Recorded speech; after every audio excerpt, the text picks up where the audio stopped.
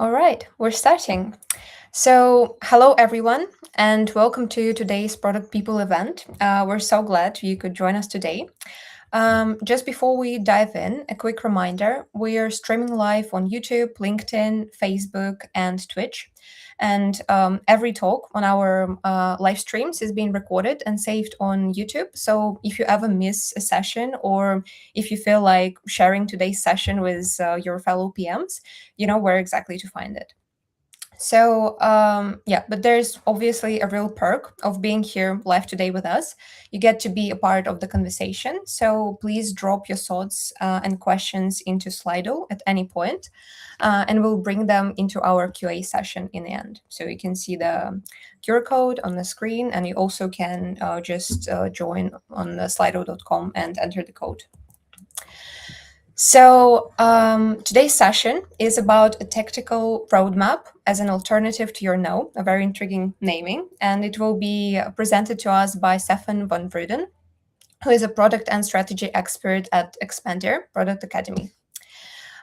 Before I hand it over to Stephan, before I hand it over to Stephan, let me just briefly introduce myself and say a couple of words about Product People. My name is Sasha. I'm an associate product manager consultant at Product People, and I'm your host today.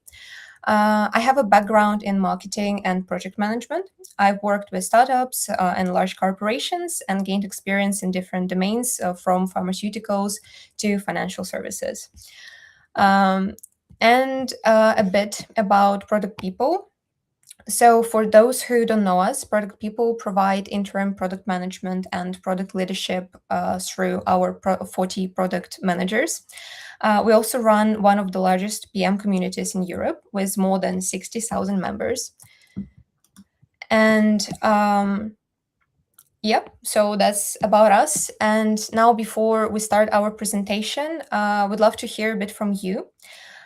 Please head over to Slido and answer this question that you can see on your screen right now. So the question is, how does your team primarily treat the product roadmap today?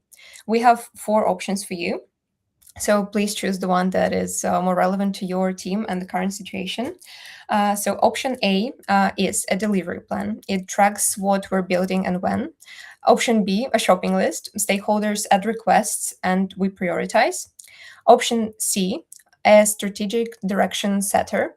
It signals where we're headed and why. And option D, honestly, we don't have a clear roadmap right now yet. So I will give you a couple of seconds to answer. I will also encourage you to be honest. Obviously, there's no correct answer to this question. And if you feel like your team currently is closer to option D, that's also fine. I'm pretty sure that will change after Stephan's presentation, and you will find ways to build a roadmap that will work better for you. I can see that we're getting some answers already. Yep, let's see. For now, everybody's heading for option a delivery plan. That's very interesting. I'm curious to see if we'll have any other. Yeah, now our votes are splitting between A and C. The majority is voting for a delivery plan. Nobody voted for option D. I wonder if that's true or not. I think in real life, actually, a lot of teams don't really have a settled roadmap. But yeah, thanks a lot for answering. I think we'll. Yep. Yeah, so option A is winning. And so without further ado, I'm happy to introduce and welcome our speaker. So a couple of words about Stephan. Stephan is responsible for product and strategy at Expandior and has been a product manager for over 15 years. Along the way, he trained thousands of product people, helped organizations get serious about strategy, and challenged more than a few assumptions about what product management really is. Stephan's style is practical, direct, and grounded in the real work of leading teams and making tough product decisions. I'm personally very excited for Stephan's presentation. Stephan, thank you for joining us today. We're very excited to hear your approach to road mapping, and the floor is yours. Thank you. Thank you very much. And thank you for this introduction.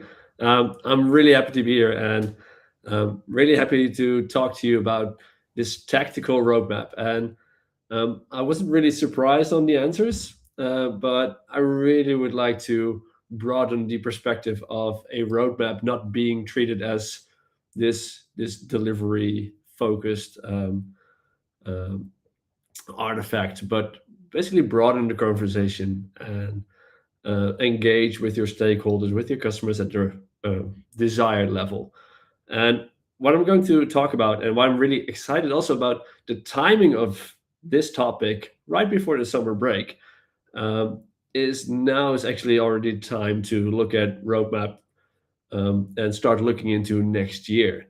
Because right after the summer break, the entire annual planning season will probably kick off, and if you want to make an influence on that, now's the time on starting to craft your tactical plans for next year.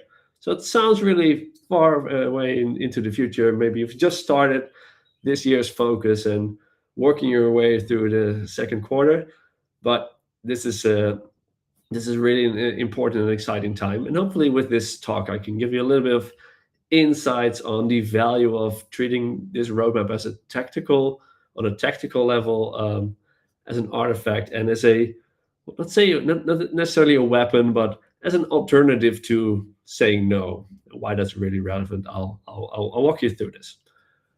So uh, I'm like I said, this delivery plan. I'm not really surprised with all the organizations I've seen, from government, banking, small startups, scale ups, retail, all across the board. We see people in product really focusing on this delivery, and obviously, delivery is there's no value without delivery, but it's sometimes I envision this as this restaurant setting where you place an order and something behind this wall, something magical happens, at least we assume, and you get something served, and well, hopefully it is prepared today, it's prepared fresh, and hopefully it brings you the value you expected. And this is not necessarily how I would look at product management. It's more of a tactical, strategic, and less of just focusing on delivery from a product professional perspective. And what I see, and I'll go with basically painting a bigger picture and why we should use this roadmap as a technical instrument to fill a certain vacuum we see. So maybe you've seen this picture or something like this before, but it's a simplified version of the environment you typically operate in, where your organization has a reason for existence, and hopefully there's some path towards certain objectives. Um, Most organizations work towards 2030, I think. And this, again, this is a simplified version because there can be other layers. We refer to this picture most of the time as onions. Um, and for those of you who've seen Shrek, the movie, they joke about onions have layers. There's a lot of layers, and the more complicated and complex your organization is, you have additional layers, portfolio layers, business unit layers, department layers, but they all set of boundary conditions for the area you operate in. And what I see is most of the product professionals I work with, they're really focused on the smallest area, or at least a part of it. It's the delivery. If you work in a Scrum setting, for example, you're really focused on making the sprint, whatever that may mean. In theory, it means to keep breathing. But the actual essence of your work is in the layers that's in between the structure provided to you by the organization, the guidance the organization provides, um, and how you contribute to that general direction. And most of the time, since we're so busy on focusing on delivery, we lack a decent story on the direction we're going with our product. And you end up with this product management vacuum. We lack a decent vision. We lack a decent strategy. Um, if we're lucky, we get to spend some time on discovery where value is to be gained. And if there's this vacuum, typically that vacuum is filled by the rest of the organization, and they're pushing for delivery of their own requests. And you basically lose control of, of your product. And I'll share a bit of examples later on. Um, so let's dive a little bit into what if or when sales or a customer or a stakeholder brings in a new idea. What typically happens is one of two things, or at least what I experienced from my own experience. Two things, and this is where I failed in product. I failed to disclose that before this session, but I failed in product. One, on one side, because one of the biggest pitfalls is we love our product way too much. Like, we are the product, everything's product, and we believe that it will sell itself. And we see the value in every request, and we're really motivated to solve every request, add every request to our solution. The other part where I failed in product, where there's no affinity with the product, actually the actual product. So I was accountable, or I was a product owner for a financial product, but I failed my financial accounting exam about 6 times. So I didn't really feel any affinity with that actual product. So I wasn't really motivated to make proper decision whether or not it should be part of the product or not. So loving your product way too much, or having a little affinity to it. I love describing those as two extremes. Hopefully you're somewhere in the middle, but they typically tend to have the same outcome: a product that looks something like this huge Swiss Army knife. It's amazing. And this product, if you look on Amazon, it's actually there. And the internet has hijacked this particular product by writing all kinds of fun reviews. But many products I run into have this particular pattern, where there's a very addictive business model for custom solution, or adding just another feature, trying to fix every scenario, and you end up with a product like this. And if I want to open up a can, I would rather have a can opener than trying to fiddle with a product like this. And in the midterm, that's can be a very beneficial business model, but in the long term, you will lose grip on your product. It will become an unmaintainable problem, or unmaintainable product. So in theory, in my classes, I always refer back to the phrase, something that's on the core of product management. If you need to say no, and if you never say no, your yes is also without any value. That's some piece of wisdom, um, and that's easy for me to say, but it's really hard to do, because if you only say no, it's so often referred to as the career-ending no. Right? So what else can you provide in return, if you want to say no to something because it doesn't fit our strategy, it doesn't fit with why this product actually exists. Um, if you fail to do that, you end up with this vacuum, and people will start pushing for delivery, basically, because you don't have no alternative to your no. And we have some assessments on that as well, where we collected data, and we see, and it's not really that different from um, what we just saw in the check-in poll.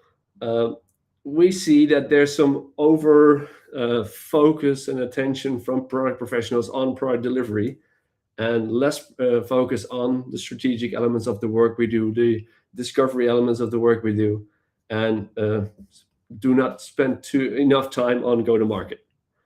So this is sort of what we've seen with over 1,500 product professionals who've gave us this data, that this is something that is a well, not favorable focus. And if we would look at product management, and if I look at product management I would say the emphasis should be on more the strategic and tactical elements of product management and less on the operational part, which typically revolves around the output on the delivery. Yes, that's important. Your stakeholders want to know when they get their stuff, and to achieve some degree of predictability, that's great. If you are at that stable level of predictable delivery, this vacuum usually is less intense of people trying to push for their request to be delivered first. To battle this, you need to have this bigger story on why your product exists, what patterns do we see in our environment, so where is our product actually evolving towards, and we're monitoring at a sort of slower pace if our product is healthy. This is something you don't check on a daily basis, typically on a quarterly level or something. You say, well, is our product actually performing? The real challenge is in the tactical area, where we need to continuously figure out, is this worth our time? We probably have more things to do than we have time to do it in. And to make it a full circle, after delivery, we need to validate on that particular level, did it actually solve the problem? Is it something of value, etc. Um, so just to paint a picture on what I believe should be the essence of the focus for people in product roles, um, and why would this be relevant? Why is this relevant? If you're just delivering, your customers are happy, that's fine. But uh, it's a very, or it tends to be a very output delivery focused conversation, and there tends to be little room to navigate to more. How would I say that? Um, to gravitate to more substantial impact or outcome focused decisions. So, looking at what we refer to as the autonomy of your strategic and tactical plan, some things you should have as sort of a starting point to create this um, um, um, uh, strategic plan. You need to have your vision, something on your history. Where do you come from? So to be able to better determine where you want to go next. But also product principles. That's some interesting topic, maybe for a later day. But those are all sort of additional layers in that onion I referred to earlier that helps your decision making. Long-term strategic plans, well, that should be useful in determining what to work on next. But then we typically look at short-term strategic plans. What are we going to do in the next year or 4 quarters or ideally 6 quarters? That typically boils down into initiatives we want to work on ourselves, the local initiatives, and the global initiative, things we just need to do, need to comply with. That can be laws or legislations or the AI Act or the Data Act or whatever. That has an impact on the decisions we're going to make in the midterm. Um, Ultimately, to be able to validate value delivered, we need to specify when are these initiatives successful, and we're going to report on that. That's also on a more tactical level, you do this reporting. And what I typically see as the artifact that binds these short-term strategic plan, these local and global initiatives, and these key results, those are all combined in a product roadmap. And the interesting thing I see in many stakeholders, and maybe you recognize that with your own stakeholders, they ask for a roadmap. I want a roadmap. But what they're actually looking for is, when do I get my stuff? And that's something that's typically, or should be typically, part of your release plan. That should have a sort of a focus or a timeline of maybe this quarter or about 3 months. And if you're predictable in that area in delivery, awesome, great. Your stakeholders will be more comfortable having a more vague description on where your product is going next. Um, Depends a bit on the area you work in. So if you're working in a very highly regulated environment, there's a lot of a bigger component of your product roadmap focusing on global initiatives, and maybe just a smaller part of the local initiative. So currently, I'm working with a large city in the Netherlands, and this particular city, yeah, they need to do a lot of comply with the rules and regulations. And there's a very small percentage of room to invest in efficiency or innovation. and that increases the amount of effort we need to spend on what should we add to our roadmap. Of the 20% that's remaining for new local initiatives, what should we really focus our attention on? And all those layers described above would help in that decision making. This release plan, if you work with Scrum, you can refer to that as your product backlog. So making a distinction between a release plan focusing about 3 months. This roadmap is typically on a technical level, a year or 6 quarters. And we see different, or I see different variations of, well, I'm going faster than my computer. Sorry for that. So what I typically see is this roadmap treated as a shopping list or a delivery plan. This quarter, we're going to deliver this. This quarter, we're going to deliver this. Well, to be completely honest, I don't know what I'm going to eat in 3 weeks from now on a Tuesday. I have no idea. So how can I even predict on what I'm going to deliver 6 months from now with my product, which is in a more complicated environment than me deciding on what to eat a couple of weeks from now. So we tend to present, because our stakeholders ask for a roadmap, to present this misleading roadmap. It's more honest to say, well, for this quarter, we have this release plan where we are pretty certain on what you're going to get delivered. And in the quarters after that, it will become more vague. That only works if you have to a certain degree, a predictable delivery.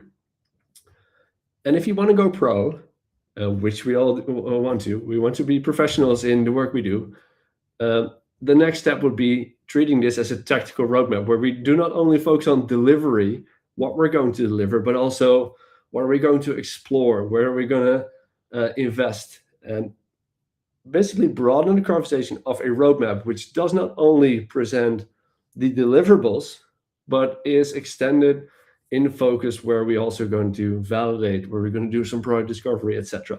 That typically tends to broaden the conversation. So how to make that? And typically how we teach, when we talk about roadmap, typically we have this top-down approach where we start with the organizational vision and, well, assuming that there's a vision and a strategy which doesn't change every 2 weeks or something, or whenever the leadership has had an offsite facilitated by a very expensive consultant, and we have the new strategy. So typically top down, you have this green field and your creative vision, and you have a long-term strategic plan, which boils down to a roadmap, which tends to feel very natural to create. But if you look at reality, most of the time you're already on a moving train. And then creating a product roadmap is typically more a bottom-up approach.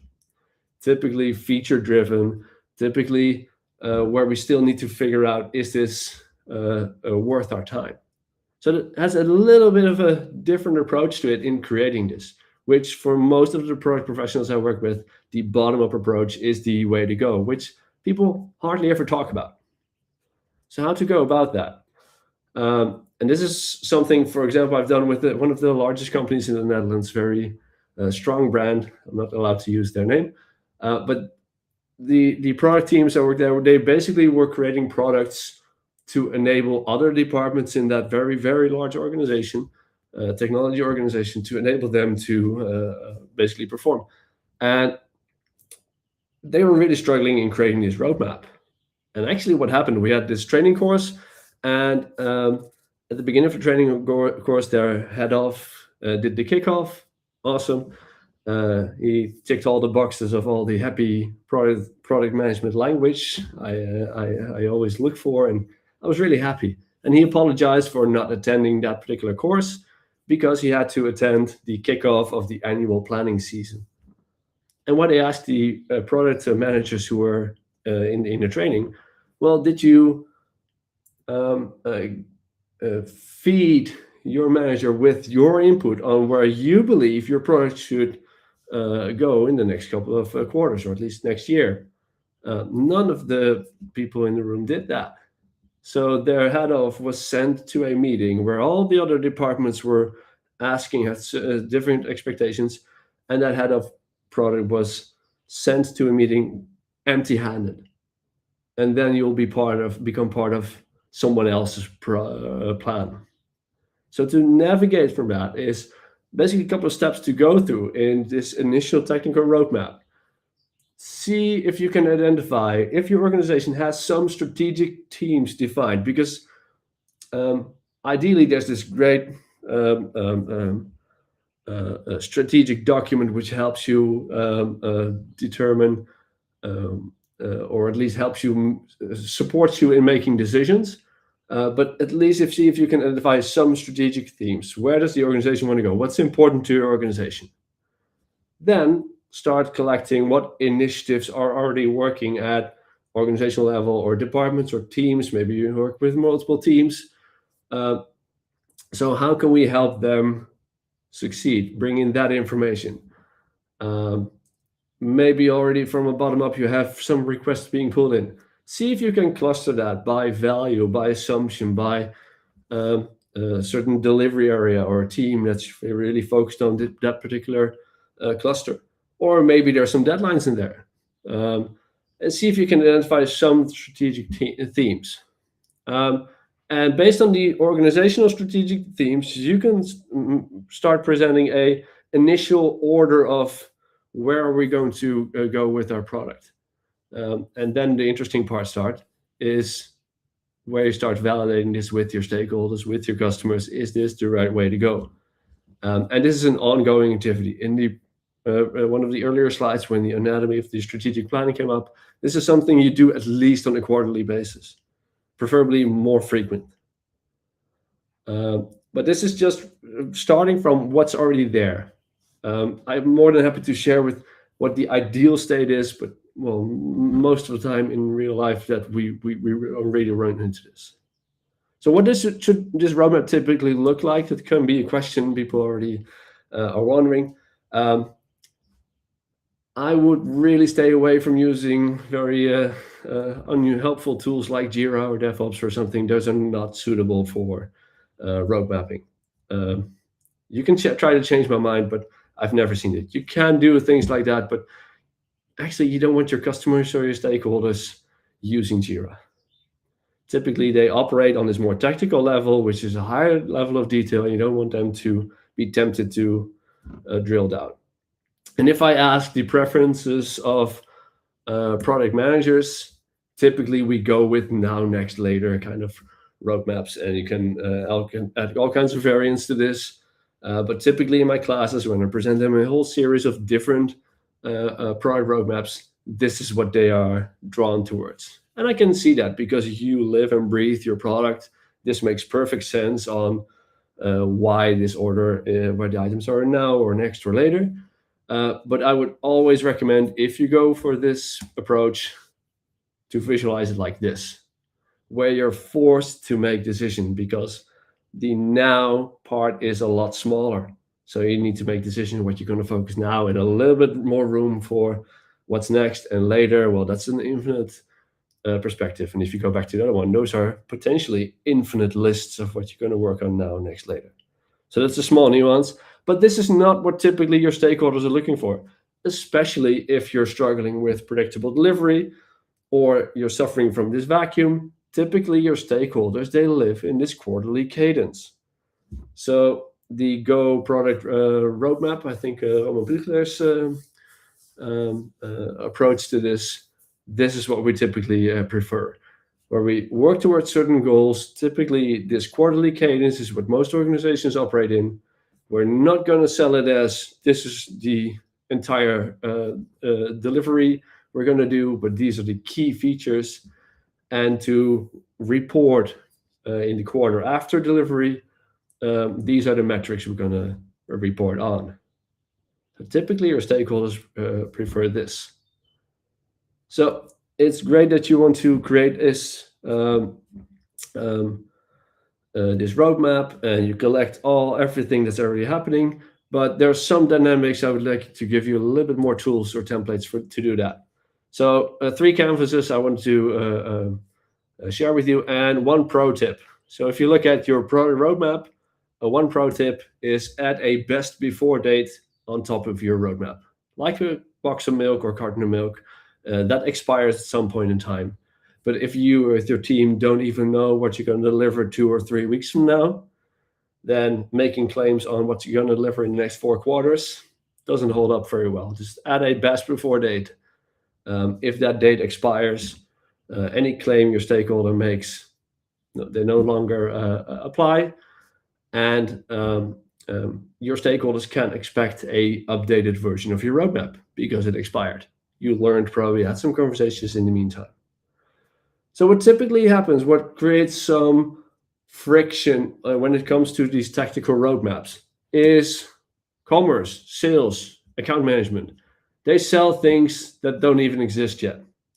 Well, if that's a pattern you're in, then that's painful feedback to you because you've probably failed to give them the narrative, the structure, the strategic path you're going to follow. But if this happens, well, in this case, if you need to put it on the roadmap for your next quarter because it's sold, there's not that much you can do. Um, but to prevent that from happening, one of the templates we found to be very useful is provide sales or commercial roles with the opportunity discovery format, because they are in close contact with your customers, with your users. And with all the conversation they have, maybe they can recognize patterns. And this format, with this small series of questions, um, you're inviting them to think of what patterns do we see and what do you expect product to do with this, because you don't want to shut the door towards commerce roles. Like, yeah, you don't get to, you're not allowed to sell stuff that's not there. No, they hear stuff, they see, maybe see stuff. How can you enable them to flow that information to you? And the cool thing is, if you do this, then you, if you have some tactical meeting around this to discuss progress on the current existing roadmap, and move towards um, identifying these particular new opportunities, you get to broaden your roadmap and treat it as a more tactical roadmap. And I already hinted to that a little bit, but if you want to go pro, not only features or capabilities you want to add to your product are part of your product roadmap, but also it should also contain the assumptions, the opportunities identified by sales, by any stakeholder, by potential users.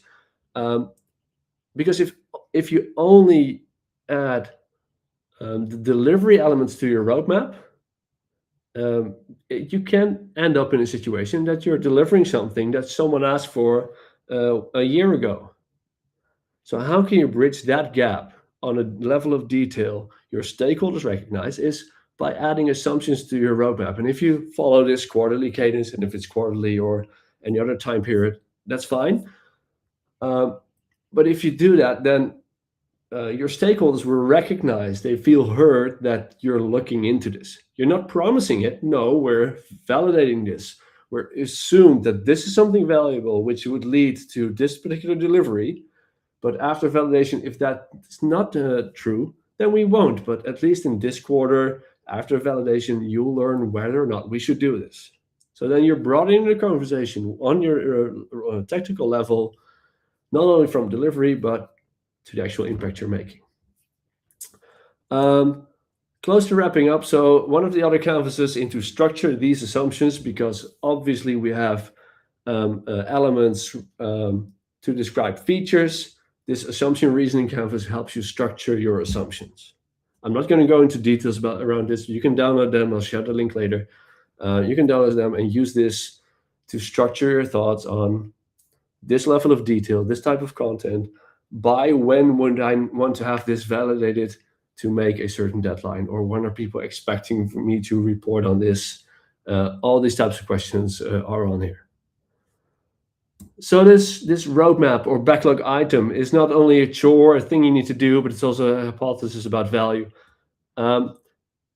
Yes, we are in the problem-solving business, so typically the features you put on your roadmap, they should ideally describe a problem to solve. You've probably heard millions of people talk about this. What I always push people to add to these particular features is, how much am I willing to invest? That's a great conversation to have with your stakeholders. and adds another layer in this onion, or at least in the delivery, on how much are we willing to how much effort are we willing to put into this. Maybe later people are interested in some anecdotes around this, but um, this is something that tends to be very valuable, and again broadens the conversation to not only delivery, but also within what range are we allowed to solve this particular problem. So third canvas, product feature canvas, one of the many things, how to structure things on a level of detail which you would add on your product roadmap, typically should cover these topics. And if you use this format, or maybe you have a million other formats, I don't mind, but it should at least cover these items. And one of the things I want to point out is, to what extent does it align to the bigger picture? Just if you're unable to explore on elaborate on that, well, you have some explaining to do. So to wrap up, and this is something I already started with, the plan for next year will be created after summer. So if you don't have a roadmap yet, or you want to increase your impact or your influence, and you want to broaden the conversation from not only delivery, but also what are we actually doing on a tactical level, because typically a delivery focused roadmap is more a operational roadmap, a release plan. If you want to broaden that conversation, these are a couple of steps, things to look into to broaden that conversation and start uh, influencing the decision making for next year. Thank you.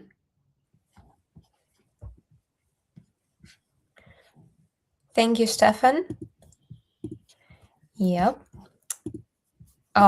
Yeah. Thank you, Stefan. I think that was really deep and insightful. I found it really interesting. I can see how like there are like years of experience to see it also in, yeah, in such details. I very much enjoyed your talk. Thank you very much, Thank and you. also thank you everyone for being here and listening along. So we're starting our Q&A session now. So please head to Slido and submit any questions you have for Stefan if you haven't done that yet. And while we're waiting for everyone to draft their questions, I'll take the opportunity and I will share a few more slides about product people. So here you can see the cases we cover. We're typically invited to the company to join teams as interim product managers or product leaders, as product coaches or consultants to upskill product management or operation teams, and to accelerate transformation in the teams. Here are some of our amazing clients we're worked with, and here's some more. And also, yeah, finally, to wrap up, here's some impressive key stats about our company. We've already supported over 690 teams. There are 40 product leaders and product managers in our team. And I'm also very proud to say that both our team and leadership are around 60% female. And yep, now let's check if we have questions. Let me just look into our Slido quickly. There was a very funny comment I really liked in the chat. Calling it an onion is also a good metaphor because sometimes it makes you cry when you try to move from one layer of the onion to the other. I think this is very true and Yeah. painful. It's intriguing in to what extent um, it's something, because it can even be uncharted territory for everyone involved, because we are used to working on such an operational level, even leadership. If we start pushing back, um, um, if we start pushing back to basically have the people who actually pay to make the decisions on a high level actually ask for make a decision so I can make better decision, that tends to freak out a lot of people. So that's interesting. Yeah. 100%. And yeah, we have some questions coming in now. So the first one, Stefan, is about your personal experience. So how long did it take you to develop this framework? Was there a specific moment or client situation that made it click for you? Oh, it's. I think the easy escape for me is it's really an evolution, um, but this part of the adding the assumptions, I think that's somewhere late last year, working with a large organization in the Netherlands, um, who were actually suffering, where they're actually there was this interesting layer between product managers and product owners. They're assuming there's some hierarchy there. I have an opinion about that, but it's a whole different conversation. Um, but these product managers were actually handed a basically a roadmap. So you should deliver this and go for it. And they were really looking into ways to, because they're really keen to open up the conversation to um, doing more product discovery. And they're like, how can we do this? So, well, you can sort of buy time for those initiatives that are not lined up yet for this quarter or next quarter. You can buy time, or at least see if you can squeeze in a little bit of exploration there in that roadmap. And what actually resulted in, even though the stakeholders were already sort of, they knew when they were going to deliver, when to get it delivered, because it's 3 or 4 quarters from now. But they also saw it appear earlier, like, people are already looking into this. So that sort of opened, created an opportunity for people to do this. So that's one of the key moments where I started at least adding the assumptions part to this. Uh, the entire technical strategic level, that's something that's evolved over the last couple of years. Yeah. Well, that's very interesting, I'm sure. Yeah, it's a good solution. And next question is, most teams are stuck in delivery mode. Where do you actually start if you want to shift that, especially without support from the top? Yes. And that's the interesting part, because this is something I think 95% of people are struggling with. Uh, Product professionals, in my experience, are the most busy people in the organization. They tend to work on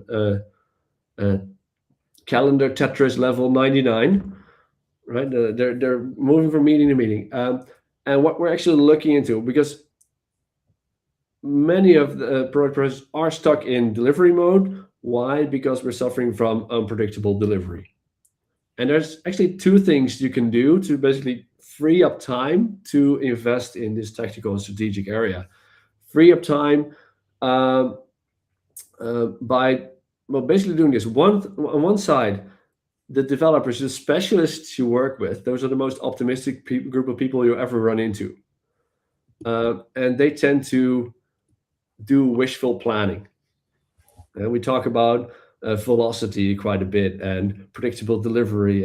But looking at the specialists I work with, is if this works, or if this works, yeah, then it's easy. Well, it never is. So how can we use velocity as a output or a done capacity parameter? Looking at what's actually been done, we can sort of protect the team of over plan or doing wishful planning, bringing too much work. Because if we dragging undone work along and along for a long period of time, that creates unrest in the rest of the organization, and they'll start pushing for certainty or predictability of delivery. Second would be, and that's more something a product professional can do, is spend more time in this exploring together with your specialists on what are we actually talking about. And I use the metaphor of houses, buying a house. Ideally, and I don't know what the housing situation in the rest of Europe is, or the rest of the world is, but in the Netherlands nowadays, you have to sort of put in an offer before you actually are allowed to visit and visit the house you want to buy. But ideally, you want to visit a house 2 or 3 times, because after the third time, you see that there's a crack in the wall and the window needs to be replaced, which has an impact on how much are you willing to offer to buying the house. And that same pattern I see a lot of teams lacking, that we try to wrap up exploring this particular new feature in one go, and we overlook a lot of unknowns, which has a huge impact in predictability of delivery. If you do that, you'll start to notice, and typically it takes about 2 or 3 months. You'll see that you free up time and use that time to start crafting these tactical strategic plans. They take time, and the effect of that will probably take 2 to 3 years. So this is a long game. Um, but that's sort of the pattern you need to go through. It's a long answer to a relatively short question, but I want to be sort of precise in what you can do and what the realistic outlook is and how long it will take before that narrative will actually start catching on. One thing I want to add to that, sorry for continuing on this, but what typically works very well is the first mover advantage. That's why I said start working on your roadmap now, because if you present something right after the summer break, people have something to start the conversation on instead of they need to make it up themselves. So that's the first thing you can start doing. Yeah. Honestly, I very much like this suggestion of starting now during the summer break. I think it's such a good life hack for sure. And also, I agree that it's more of a mindset rather than just a one time thing you do and then it just works. 100% is something you need to iterate on and on. There's a next question, very interesting one. So, after the invalidation status, you have confirmed status, but I assume also not confirmed as a status. Apart from a retro, are there any other actions you take for features that do not successfully prove hypothesis when A/B tested on real customers?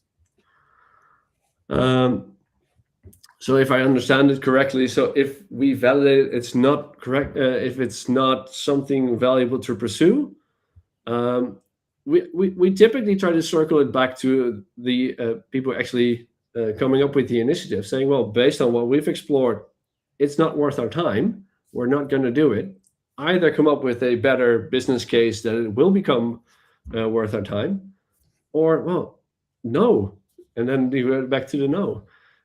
We get rid of it. But at least we know earlier than when we're hiding it in for planned for delivery in 3 weeks from or 3 quarters from now. Yeah.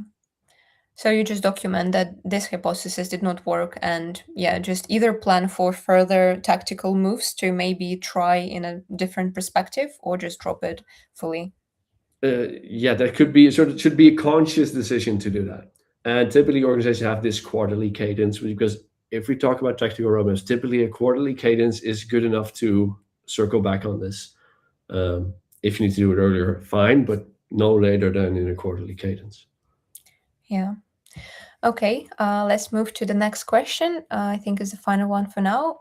Of all the organizations you worked with, what's the most common reason this tactical road mapping fails to stick after you leave?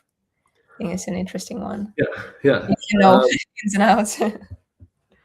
It's we all of us, maybe even as human. That's why this social media is so addictive.